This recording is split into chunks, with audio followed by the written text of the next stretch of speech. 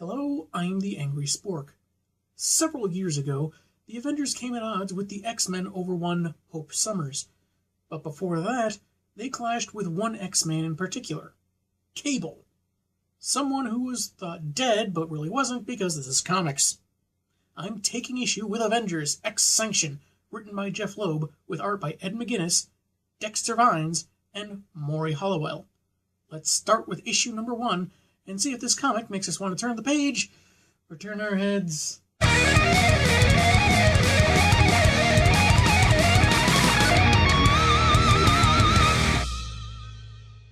The cover to issue 1 sees Cable grappling with Captain America, the former looking very squinted and pensive.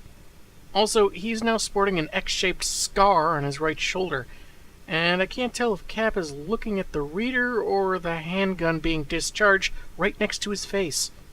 The first page is mostly there for exposition, sporting a black background and Cable's glowing eye and techno-organic arm holding his gun.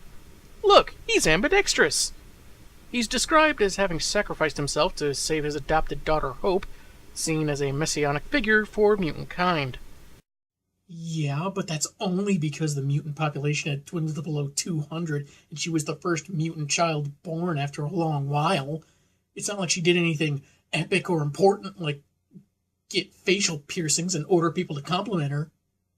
It's a rainy midnight in New York as half a dozen Avengers respond to a distress signal from a prison transport headed to the raft, basically a penitentiary for supercriminals. It apparently crashed and released the Lethal Legion, which the team are quick to contain. Cable has pretty well concealed himself beneath a cloak as he mans a specialized sniper rifle, narrating about he's practically only known war, and war sometimes demands sacrifice. Well, he doesn't only know war, he certainly knows cliches.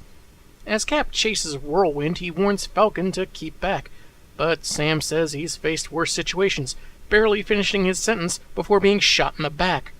The Star-Spangled Man has subdued the villain, only to find Falcon is gone.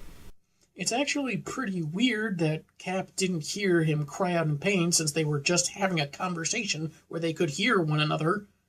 If you look closely at the sequence, Cable fired as the lightning struck, so what would have worked better and been rather clever is if he waited a few seconds after the lightning to fire, letting the resultant thunder try covering up Sam's scream.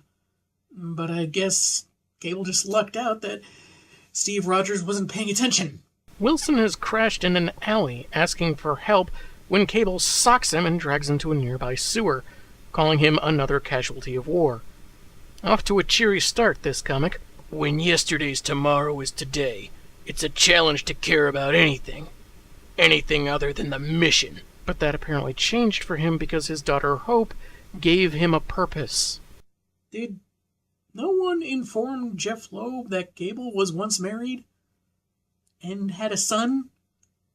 Or do those two suddenly not count for anything? Also, yesterday's tomorrow is today sounds a lot more satirical than I think was intended. We flash back to after the last time Cable saw Hope, after getting her to the modern day, and was presumed dead getting back to the far future. His techno-organic side is heavily damaged, and he mentions nothing but ash, which I guess is meant to refer to his surroundings, like the land is burned, but the blank whites and blue hues don't really give the impression of something burnt to a crisp, but rather more snow and winter. Nuclear winter, I guess. In the present day, Cap is following Redwing, figuring whoever took Sam didn't account for his feathery friend. Except Cable totally did. He keeps Steve at bay by holding a gun to his head and saying that if he cracks the stasis tank, C4 will be detonated, killing the Falcon and probably Rogers too. Nate's narration says he admires Winghead, but he should understand how war can make sides shift, and as of now, he's the enemy. As opposed to later, Steve can tell that Summers is in pain and offers to help, but Cable goes and pulls the trigger. Fortunately, Cap is, apparently, fast enough to put his shield up in time. I've studied you, Rogers. Your focus is split. You're worried about your buddy, the Falcon. Why are you mentioning his name like that again? It's obvious what buddy you're talking about, and you already called him the Falcon on the last page. Why the redundancy? Why? Why the redundancy? Nate's romanticized view of the battlefield goes on that you can begin caring about your comrades in arms above yourself when Cap uses a shield trick to knock him down. Because even if this one-time ally is ill, Steve's more concerned with ending his assault on the Avengers. Cable taxes himself with a powerful attack that gives him the upper hand and Cap's shield, until he seizes up and drops his pistol. Cap grabs it and starts firing, but turns out he's not the only one that knows the primary function of a shield.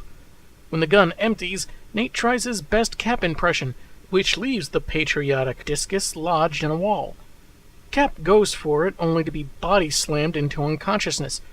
Cable flashes back to when he was found by his old buddy Blacksmith, who says the current nuclear winter version of the future happened because Hope wasn't around to save the world. The next page splits between the present and that timeline. Captain America trapped in an inhibitor chair Magneto designed to use against the X-Men, and Nathan swearing to save Hope despite the fact that his techno-organic virus has spread to the point that he has less than 24 hours to live because, again, cliches. Apparently, the ones responsible for whatever happened to Hope are the Avengers, and with his gun again pointed at Cap's skull, Cable vows to go after every single one of them, with the final panel being only the sound effect of the weapon being fired. Oh good, he managed to find an electrical outlet to charge his laser gun. I mean, he's going to need a charger handy if he's going to go after every single member of a team with a constantly rotating roster that includes Norse gods and rage monsters that have lifted mountains. Issue 2's cover takes place at sunset by the bay, and it looks like both Cable and Iron Man blame each other for missing their epic high five. The recap page sums up Cable's modus operandi, while saying of last issue, Cable took down Captain America and the Falcon. It really doesn't bode well for a comic when it can't even get itself excited over its premise or story events. We begin with Stark fighting Laser, who says an EMP must have hit the transport the Lethal Legion were on, causing it to crash and their inhibitor collars to short out. That gives Tony an idea, firing an EM pulse right in Laser's face, taking him out.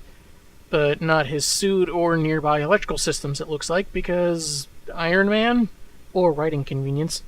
With assurance that Red Hulk has got this, he takes off after the missing Cap and Falcon. They, meanwhile, are on Blacksmith's freighter. Don't know how a dude from centuries in the future gets a freighter in 2012, but whatever. Cable psionically explains to Cap that he stun-gunned him earlier, because the more he struggles in the chair, the more it scrambles his brains. But mostly for the false tension for the end of the last issue. Nate's not planning on killing any of Earth's mightiest until he has more intel on what they want with Hope. Even if some get a beating for no reason, he feels justified in his drive to protect his adopted kid. And we see what looks like Iron Man armor but with red and purple color schemes. Jump to the future where a young Hope, maybe 6 or 7, walks up to a sleeping and armed Nathan, curious about his mechanical arm. She's alarmed when a sliver of it reacts to her, stirring Cable awake into an imposing stance. It seems to genuinely unsettle the girl, whose fingers look unnaturally stubby here, but we don't get any elaboration on the scene other than narration that uses war as an excuse for why he may not have been the perfect father. Back to the present, where Iron Man arrives at the freighter, which his computer can get no information on. So he knows he's walking into a trap as he finds Cap and Falcon restrained, and the room wired with C4. Cable engages Stark with the previously seen Iron Man tech integrated into himself. Stark doesn't recognize it, but that's because he hasn't invented it yet. He blasts Stark out of the ship and into the water. Meet the future, futurist. I also know the end of the next 20 MCU movies. Tell me what I want to know or I'll spoil them all! The two tussle underwater for a bit, until Tony, knowing the original code all his armors are made with, overrides the future tech Nate's using and fires back with a huge energy shot. Slide to the future, and Nate is ordering Hope to get a move on before the sun comes up, and finds she's put some plating on her arm in order to resemble him. Imitation in this case is not particularly flattering, and he orders her to remove it. She does so dispassionately and repeats Cable's earlier order to move on before the sun rises. These flashbacks feel like they're just beneath the nominal impact they could have, and I think they'd benefit if we spent a little more time in this future era with Cable and Hope interacting with each other, reacting to each other, getting a bit more in depth with their relationship.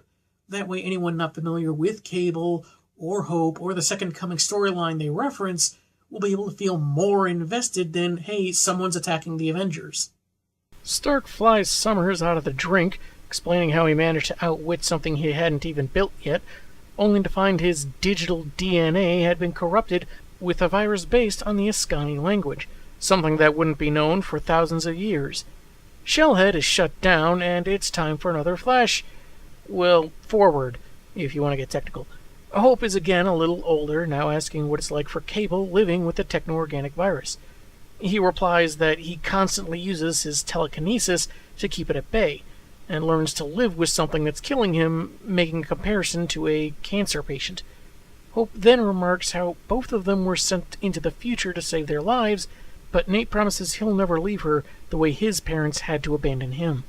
Finally, a flashback page that doesn't feel entirely wasted.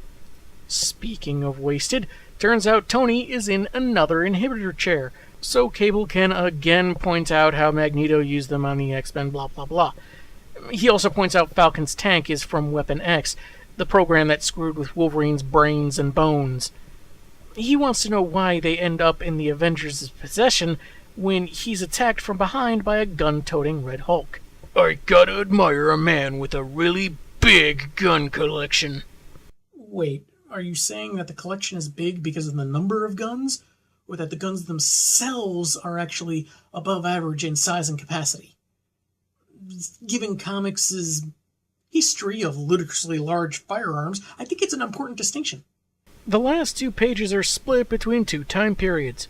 Rulk wanting to know how to bypass the explosives to free the Avengers, and Hope encouraging Nate to fight off an attack from, I guess, the TO virus. Cable seems to mistake the red giant before him as someone he's fought before named Talbot, but while not mentioned here, it's actually Thunderbolt Ross, who got the Gamma Rage Beast treatment himself. Upon recalling Hope at his side and her plea that he stay with her, Nate's head is engulfed in the techno-organic virus. I made her a promise. That I would look for Sarah Connor. Wait a minute. The story is half over, and while there's been a bit of cleverness in Cable's fights, I can't say it justified basically one issue for each rumble. There were moments where the narration seemed a bit confused and jumbled, but I guess we're supposed to attribute that to the virus taking hold? Maybe? Tune in next week where we wrap up this story and see if anything worth mentioning happens. I'm the Angry Spork. Man, have I got issues.